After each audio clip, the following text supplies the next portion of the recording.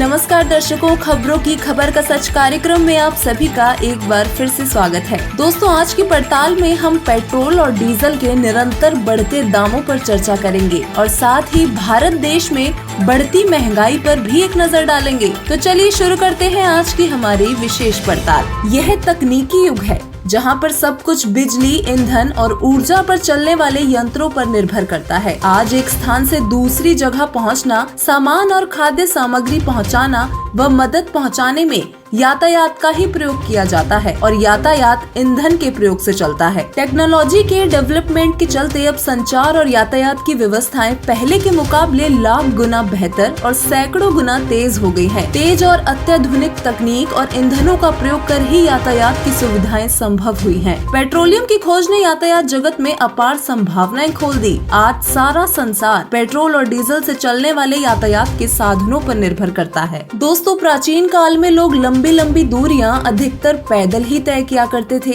यातायात के साधन थे नहीं और पैसे भी कम लोगों के पास होता था। अमीर परिवारों की लड़कियों और औरतों को पालकी में घुमाया जाता था और उनकी रक्षा के लिए सेवक घोड़ों पर सवार रहते थे। धीरे धीरे जमींदार और राजघराने के सदस्य भी पालकियों का उपयोग करने लगे। जब तेल की खोज नहीं हुई थी तब यातायात के साधनों में बैलगाड़ी, घोड़ा गाड़ी और तांगा प्रयोग हुआ करता था। यातायात के प्रारंभिक दौर में बैलगाड़ियों का उपयोग पारंपरिक रूप से किया जाता था। मुख्यतः भारत के ग्रामीण क्षेत्रों में अंग्रेजों के आगमन के साथ ही घोड़ा गाड़ियाँ और ईंधन चलित गाड़ियाँ भी इस्तेमाल होने लगी। इतिहास गवाह है कि फर्दिनांद वर्बिएस्ट, जो एक चीनी थे, उन्होंने पहली भाप द्वारा चलने वाली वाहन का निर्माण सन 1672 में किया। ये मुमकिन है कि वो पहला भाप वाहन था। इसके बाद निकोलस जोसेफ को पहली स्वयं चलने वाली मैकेनिकल वाहन या ऑटोमोबाइल को सन 1769 में बनाने का श्रेय दिया जाता है। इसके बाद वर्ष दर वर्ष मोटर वाहन प्रौद्योगिकी विकास तेजी से चल रहा था और इसका श्रेय दुनिया भर के छोटे और बड़े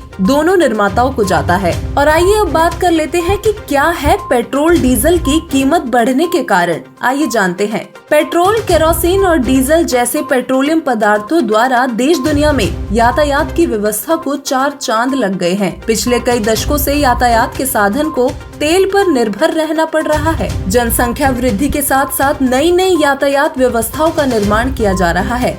वर्तमान समय में यातायात के साधनों के उत्पादन और मांग में आई तेजी के कारण ही पेट्रोल डीजल की डिमांड दुगनी हो रही है। अब आपको बता दें कि हवाई जहाज के ईंधन से भी ज्यादा कीमत है पेट्रोल और डीजल की। पेट्रोल डीजल की कीमतें एविएशन टरबाइन फ्यूल यानी हवाई जहाज के ईंधन की कीमतों से भी करीब 1/3 ज्यादा है। दिल्ली में 1 लीटर पेट्रोल की कीमत आज लगभग 105.84 रुपए है। वहीं 1 लीटर डीजल का दाम 94.57 रुपए है। मुंबई में पेट्रोल की कीमत 111.87 रुपए प्रति लीटर और डीजल की कीमत 102.52 रुपए प्रति लीटर है। दूसरी ओर हवाई जहाज का ईंधन ATF अब वाहन ईंधन से करीब 33% सस्ता है। प्रतिदिन अपडेट होती है पेट्रोल डीजल की कीमत। अंतर्राष्ट्रीय बाजार में क्रूड की कीमत के आधार पर पेट्रोल और डीजल की कीमत प्रतिदिन अपडेट की जाती है। ऑयल मार्केटिंग कंपनियां कीमतों की समीक्षा के बाद रोज पेट्रोल और डीजल के दाम तय करती है। इंडियन ऑयल, भारत पेट्रोलियम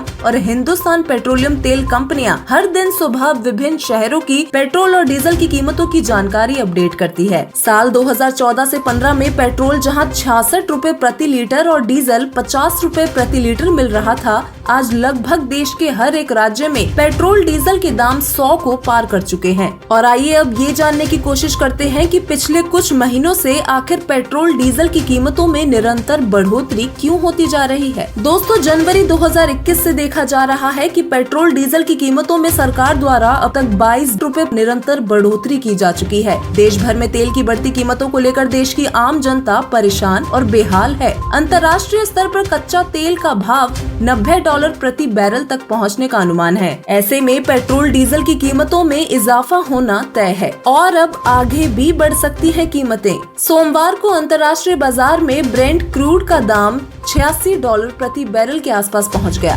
भारतीय बॉस्केट के लिए जो तेल आता है उसमें ब्रेंट क्रूड का बड़ा हिस्सा होता है। आज अंतर्राष्ट्रीय बाजार में जो कीमत चल रही है उसका असर भारतीय बाजार में अगले 25 से 30 दिन बाद दिखाई देता है। इसका मतलब ये है कि आने वाले दिनों में अभी पेट्रोल और डीजल के दाम में और बढ़ोतरी हो सकती है। और आइए अब जान लेते हैं कि पेट्रोल के बढ़ते दामों पर सरकार का क्या तर्क है। पेट्रोल डीजल की कीमतें बाजार के हवाले हैं और वो कुछ नहीं कर सकती, यानी अंतर्राष्ट्रीय दाम के मुताबिक तेल कंपनियां खुद ही दाम तय करती हैं। पेट्रोल के दाम कम हुए कि नहीं हुए, डीजल के दाम कम हुए कि नहीं हुए, आपका फायदा हुआ कि नहीं हुआ।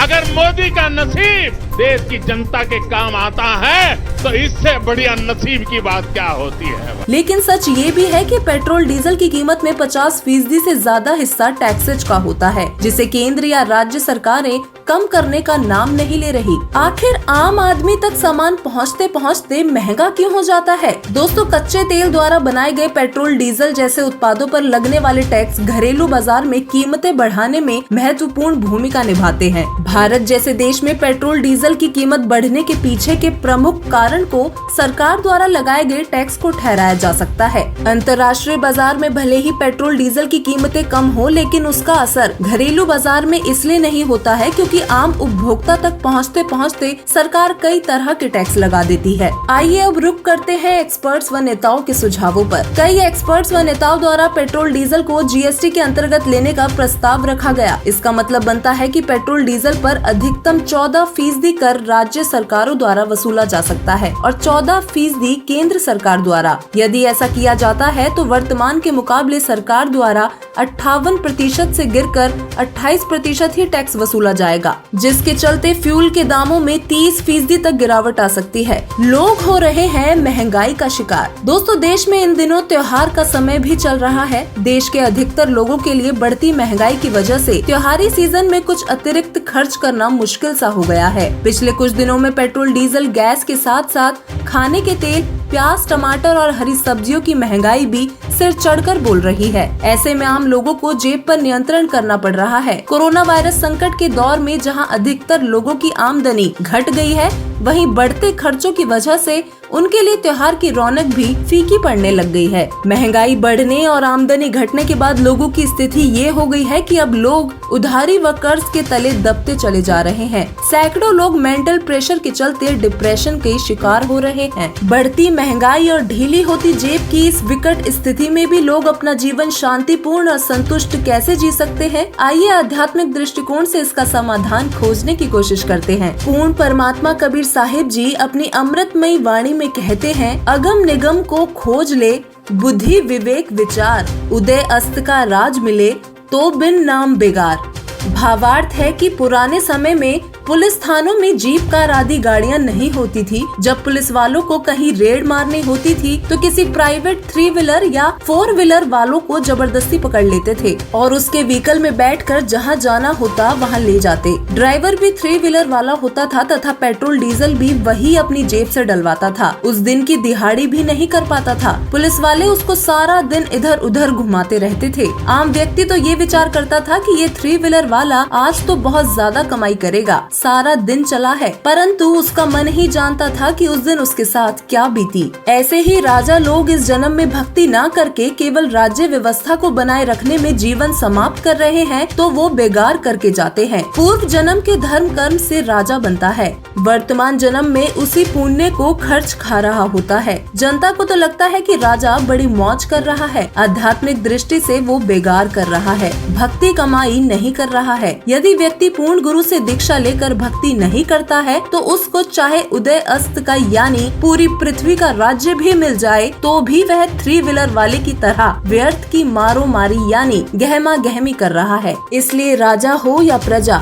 धनी हो या निर्धन, सबको नए सिरे से भक्ति करनी चाहिए, उसी से उसका भविष्य उज्जवल होगा। वर्तमान समय में केवल जगत गुरु तत्वदर्शी संत रामपाल जी महाराज जी ही एकमात्र पूर्ण संत हैं, जो सभी धर्मों के सदग्रंथों को खोलकर पूर्ण परमात्मा कबीर साहिब जी की सद्भक्ति साधना बता रहे हैं। देश दुनिया में व्याप्त महंगाई व अन्य सभी समस्याओं का समाधान संत रामपाल जी महाराज जी द्वारा दी जा रही भक्ति साधना को करने से हो सकता है। फ्रेंच भविष्यवक्ता श्री नॉस्ट्रेडमस, फ्लोरेंस कीरो, वेजिलेटिन, प्रोफेसर हरार आदि जैसे कई महान भविष्यवक्ताओं ने अपनी भविष्यवाणियों में कहा है कि 21वीं सदी के उत्तरार्ध में एक महापुरुष के सानिध्य में एक आध्यात्मिक संस्था का उत्थान होगा, जिसके सानिध्य में पूरे विश्व में आपसी भाईचारा होगा और पृथ्वी स्वर्ग समान सुखमय स्थान बनेगी। माया की दौड़ समाप्त हो जाएगी।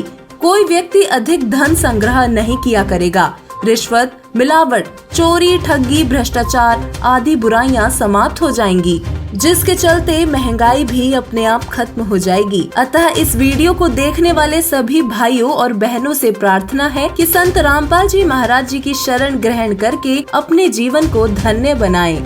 धन्यवाद।